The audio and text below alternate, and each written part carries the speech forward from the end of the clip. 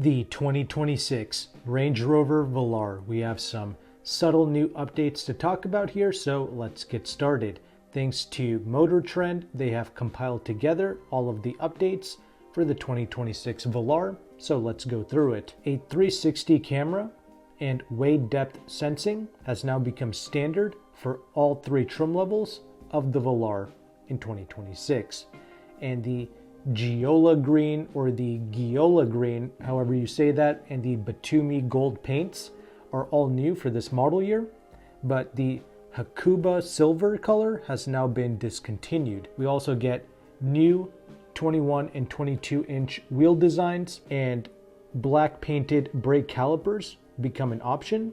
But if you go with something like the black exterior styling package, that's going to just naturally get you the black brake calipers along with other blacked out exterior trim details. Now, something that I don't like is the gesture controlled tailgate, the Meridian premium audio system, and the illuminated metal door sills.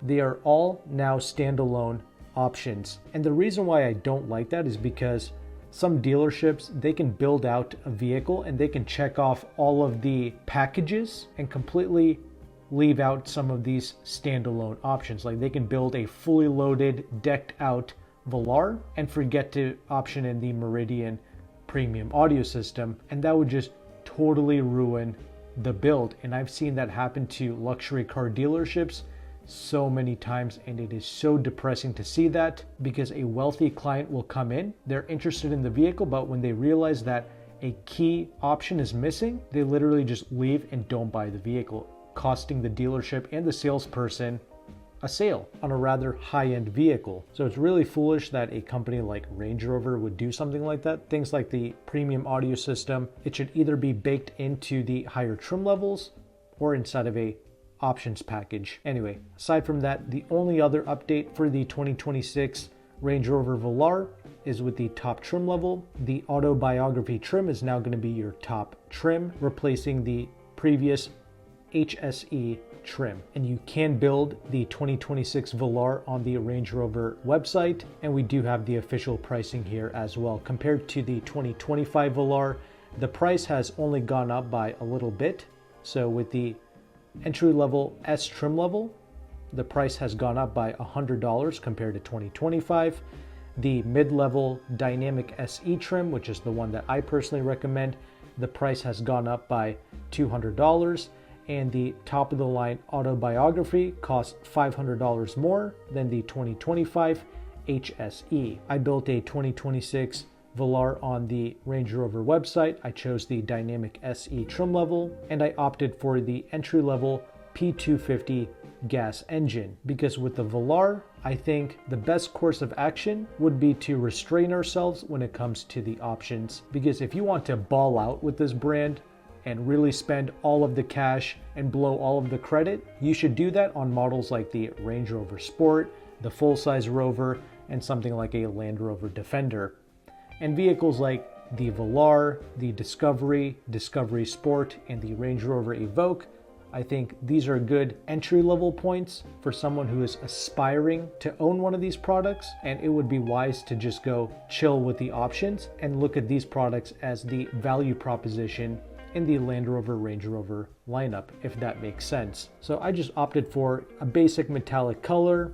I stuck with the 20-inch wheels to preserve some of the ride quality as well. And regarding packages, I just went with the comfort pack, the cold climate package, the interior protection, wheel protection pack, the emergency kit, whatever, and the Meridian 3D surround sound system, of course, for $600. So the total came out to be $70,775. Paying more than that for this Velar, I mean, you're just going to be at Land Rover Discovery territory, which is going to be a larger vehicle with a better powertrain. So I think about 70 Gs is perfect for the Velar. Plus, I was really satisfied with the entry-level P250 four-cylinder engine. I thought that motivated the Velar just fine. Plus, you get all-wheel drive as standard. And Range Rover claims that the Velar can do 0 to 60 in 7.1 seconds with that 2-liter turbo 4-cylinder Ingenium motor. But these SUVs, they got their primary refresh back in 2024. That's when these SUVs got that 11.4-inch infotainment screen, and they got rid of the physical controls, which is a true shame. Sure, this interior, it does look clean, but I do prefer having the physical controls for sure, especially since Range Rover did a pretty good job implementing those controls. But it's gone now with the 24 models and up. And for 2024, they also implemented like a active noise cancellation system for a quieter cabin. But aside from that, that's everything you need to know regarding the 2026 Range Rover Velar. Since you made it to the end of this video, I will be sharing with you a free resource to help you negotiate on some of these luxury car products. Here's a free leasing calculator by AutoCompanion. This is one of the most powerful tools that you can use because this calculator will show you the interest rate of a lease, the residual values, and the incentives that you can get in your local zip code. And incentives stack on top of whatever dealer discount you're able to negotiate. And you can also go on websites like JD Power to see the invoice price of some of these vehicles. You can't see the invoice price for the 2025 or 2026 Velars, but you can for the 2024s. And there seems to be about like a $2,500 delta between the invoice and MSRP price. So asking for a $2,500 discount from a dealership, that's not totally out of the realm of possibilities. So that's about a 3.5% off discount. But surprisingly, the programs are remarkably good for like a 2025 Velar. I ran some numbers on a $70,800 Velar with the $2,500 discount on a 3-year lease. Assuming you have perfect credit and you put no money down on the lease, the payment is like $900 a month, which is actually really good for a vehicle in this class with this MSRP. Part of the reason for that is because for once we have a ultra low interest rate lease deal with a Range Rover vehicle. The interest rate as of January 2025, it's less than 1%, 0.82. That's crazy. This brand has been on its high horse for a very long time, and the programs were almost always awful, but for the first time, it's actually really good. With this Velar, along with the full-size Discovery and even the Defender, the programs are not bad, but the Discovery and the Defender, they lease for about $1,100 to $1,200 a month. Not to mention, if you qualify for loyalty, you can get an additional $2,500 off in the form of an incentive. As mentioned before, incentives stack on top of the dealer discount. So that's potentially like $5,000 off the MSRP that you can get, dropping the lease payment even further. And if you were someone who was intent on paying cash for a vehicle like this, you don't have to. You can just lease it for 3 years, preserve your capital, and just buy it out at the end of the lease because you're building so much equity in this vehicle, right? Because the interest rate is less than 1%.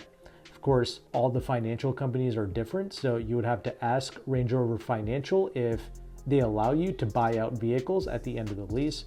If you can, that's great. If not, oh well, you can just dump it. But keep in mind though, lease programs, interest rates, incentives, all of these things can change every month, but this calculator from AutoCompanion, that can also update every month. So if you're someone who's been dreaming of buying into the Range Rover brand, the Velar is definitely a model to look into.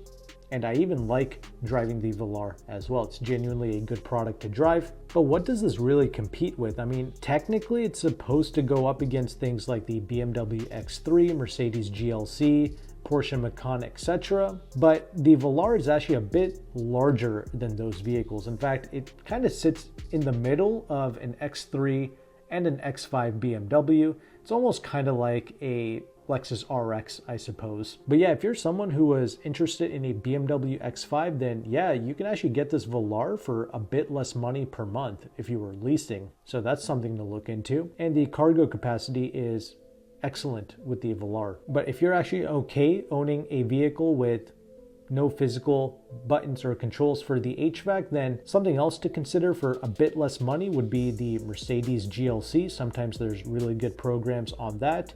And just a regular GLC 300, that's also a very satisfactory driving experience. In fact, I'm really impressed with almost every Benz in the lineup. They have a unique character, but once again, the thing I don't like about Mercedes is that screen. Okay, the issue with having everything embedded into a screen is if that screen ever fails, then you're not able to access your HVAC controls. That's happened to me in a Mustang press car. The screen literally would not boot up for me. So that's something to watch out for with vehicles like this. If you don't care, then, well, there you go. Regardless though, I just wanted to share with you this knowledge, this information, and these resources. If you found value with this content, make sure to like and subscribe. Thank you again for watching. Take care and goodbye.